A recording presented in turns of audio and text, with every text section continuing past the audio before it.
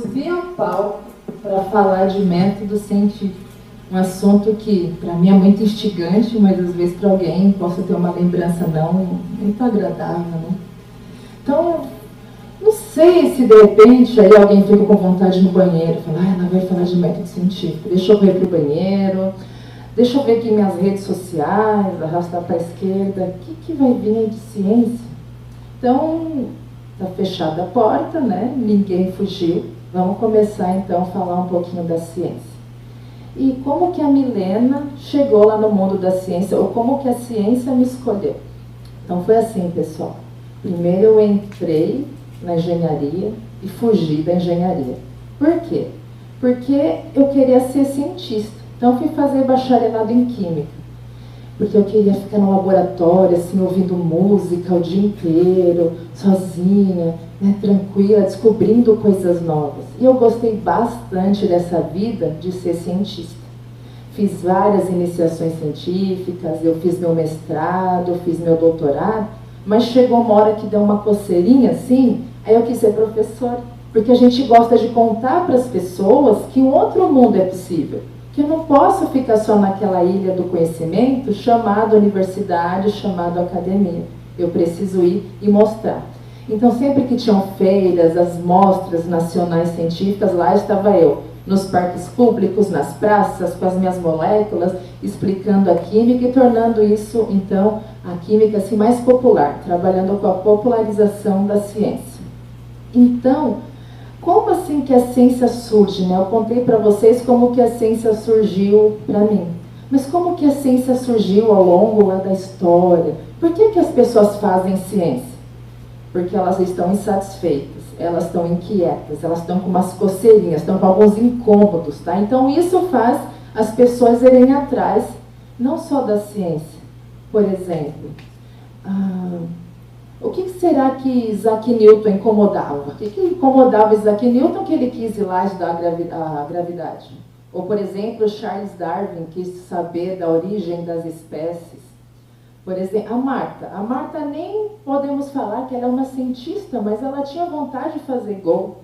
Né? Os pincéis da Tarsila do Amaral, as mãos de Camille Claudel. Então, todo esse movimento que eles fizeram, né? Como que era o mundo interno deles? O que tinha dentro deles que fazia eles enfrentar, eles não terem medo de errar? E às vezes até sem saber, eles estavam usando ali um método científico. Então vamos fazer assim, né?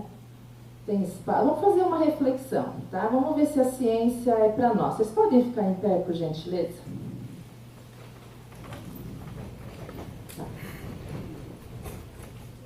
Então, olha só, nós vamos fazer vamos lembrar um pouquinho sobre TCC. Alguém já falou isso aqui hoje, né?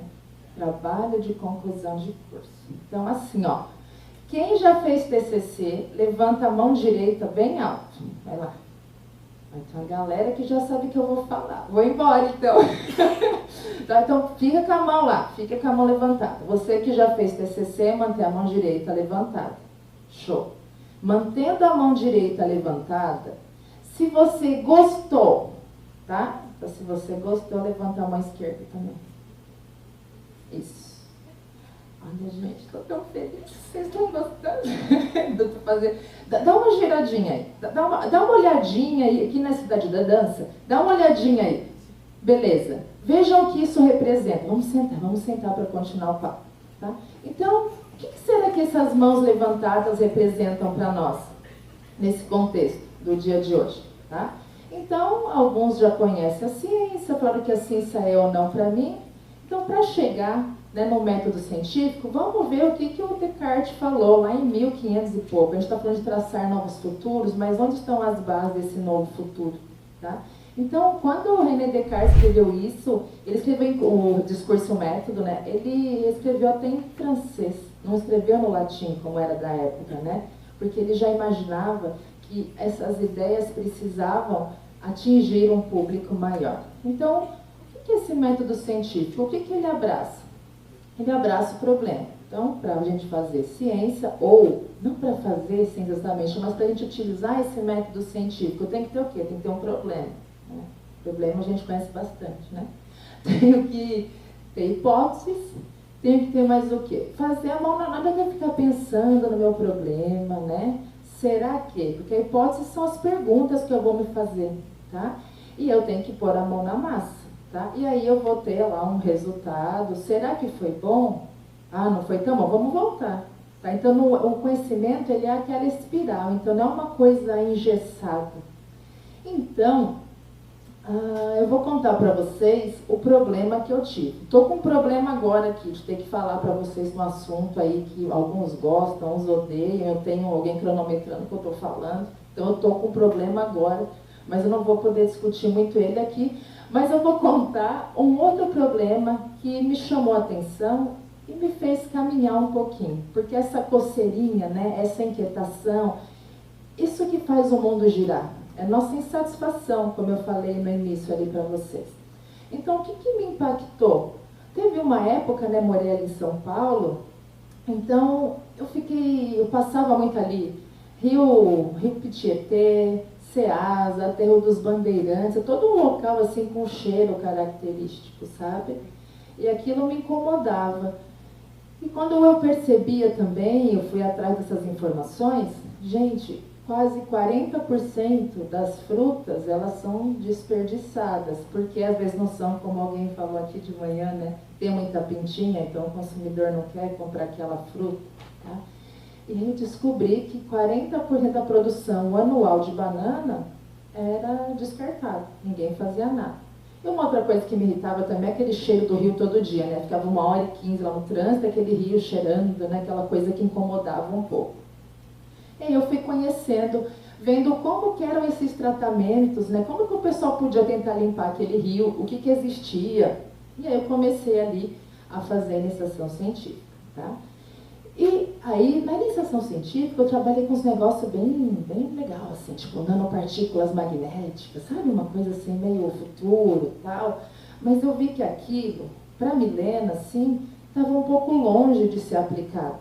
Estava um pouco longe da minha realidade. Eu queria realmente pôr a mão na massa. Eu queria pegar lá os 30 quilos lá da casca de banana e ir para o laboratório e investigar o que aquilo tinha para me auxiliar.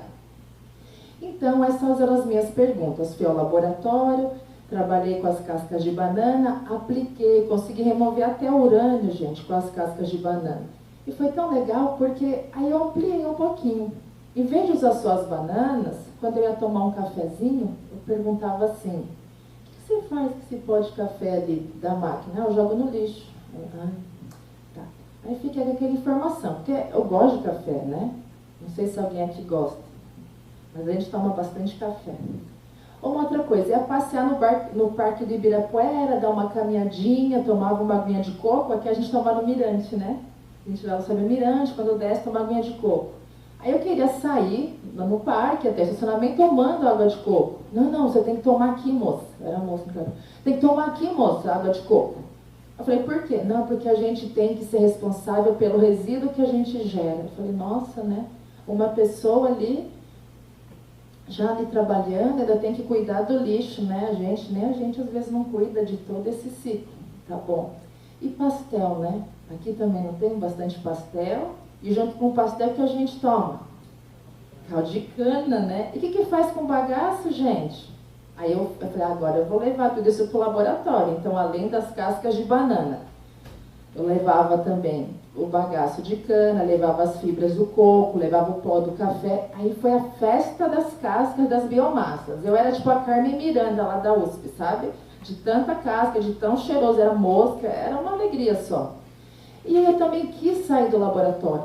Então, o que nós fizemos? Nós fomos visitar o Vale do Ribeira, visitar aquelas comunidades, ver o que eles faziam com as cascas, conhecer os docinhos que a mulherada fazia, o que o búfalo comia de casca de banana. Também vimos as empresas que usam as fibras de coco para fazer o estofado dos carros.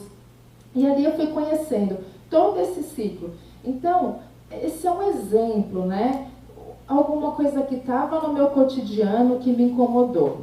Era o que ali, de acordo com o método científico? Era o meu problema, tá? Eu quis investigar esse problema e trazer as hipóteses. Será que essas cascas podem ajudar para resolver os problemas ambientais? Não sei, vai lá testar. Gente, quando eu comecei a fazer isso, foi uma briga no laboratório, porque a gente tem que fazer coisa meio chique, assim, com os nomes científicos, né? Ah, você vai fazer casca de banana, né? Então a gente teve que fazer um monte de teste, provar umas 5 vezes, fazer mais de 5 vezes na real, né? Para ver realmente que isso funcionava. E funcionou bastante. Uma época eu peguei até água assim das usinas de mineração com bastante urânio e a gente conseguia limpar todas essas águas, tá? Agora sim, ó, será que esse método científico ele ajuda?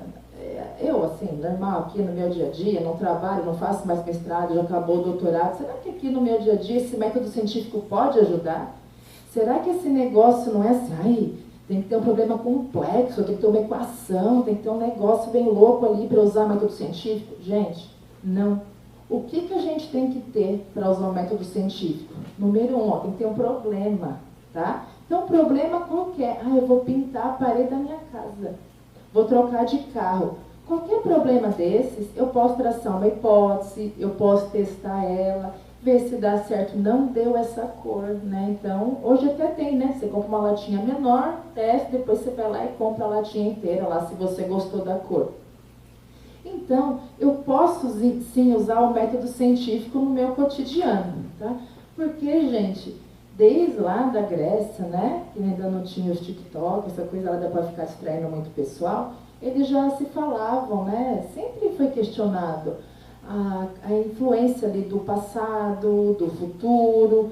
Então, eu sempre estou no meu presente ou remoendo alguma coisa que eu devia ter feito e eu estou pensando no que eu vou fazer depois. E eu estou perdendo esse momento tão rico que é o presente. Então, às vezes, eu deixo de viver o presente porque eu estou muito preocupado com o que não foi e com o que pode ser que seja, tá?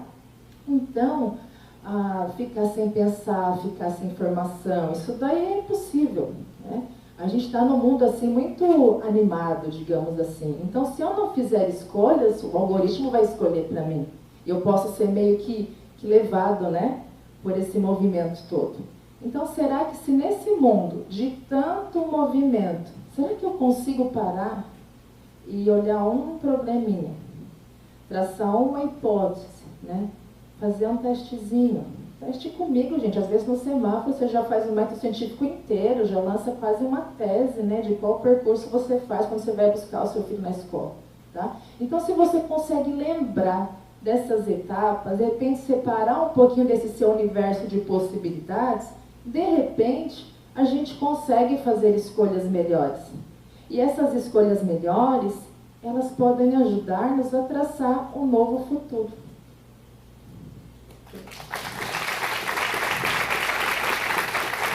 Posso falar mais uma coisa que eu esqueci?